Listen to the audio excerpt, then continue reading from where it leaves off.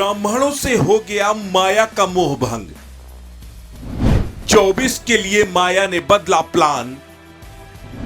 माया के नए प्लान से सपा हुई परेशान।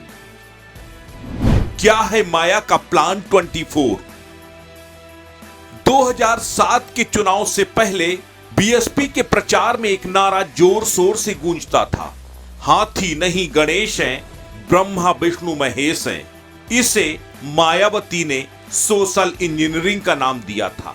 इस सोशल इंजीनियरिंग में दलितों के साथ ब्राह्मणों का गठजोड़ था और इसी दलित ब्राह्मण गठजोड़ की नई सोशल इंजीनियरिंग के दम पर 2007 में बहुजन समाज पार्टी प्रचंड बहुमत के साथ सत्ता में पहुंची। मायावती ने उस वक्त दलित ब्राह्मण गठजोड़ की जमकर वकालत की, लेकिन 2022 आते आते बीएसपी ने अपनी पुरानी सोशल इंजीनियरिंग को छोड़कर अपने उसी पुराने सेट फॉर्मेट पर लौटने का फैसला किया। बसपा सुप्रीमो मायावती का ब्राह्मणों से मोहभंग होने का सबसे बड़ा सबूत है सतीश मिश्रा का हाशिए पर जाना। सतीश मिश्रा मायावती के सबसे भरोसेमंद, सबसे खासम खास नेता माने जाते हैं।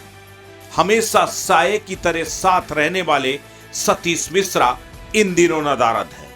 2022 के चुनाव में भी पूरी बागडोर सतीश मिश्रा के हाथों में ही थी, लेकिन उसके बावजूद बीएसपी को सिर्फ चुनाव में एक सीट मिली, जिसके बाद से मायावती ने ब्राह्मण नेताओं से दूरी बनाना शुरू कर दिया।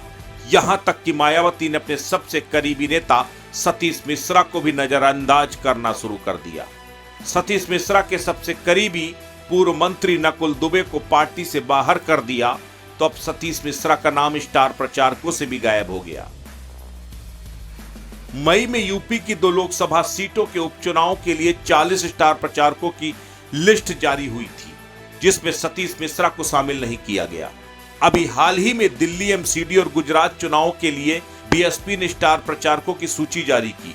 इस सूची में भी सतीश मिश्रा का नाम नहीं है। ऐसे में तस्वीर साफ है कि बीएसपी अब बिना ब्राह्मणों के आगे बढ़ेगी। तो सवाल है कि आखिर बीएसपी की अब सियासत का आधार क्या होगा? लगातार हाशिए में जा रही बीएसपी अब अपना कोर वोट बैंक बचाने की रणनीति पर काम कर रही है। इसके साथ ही मुस्लिमों के बसपा से मुंह फेर लेने से भी बसपा की दुर्गति हुई है।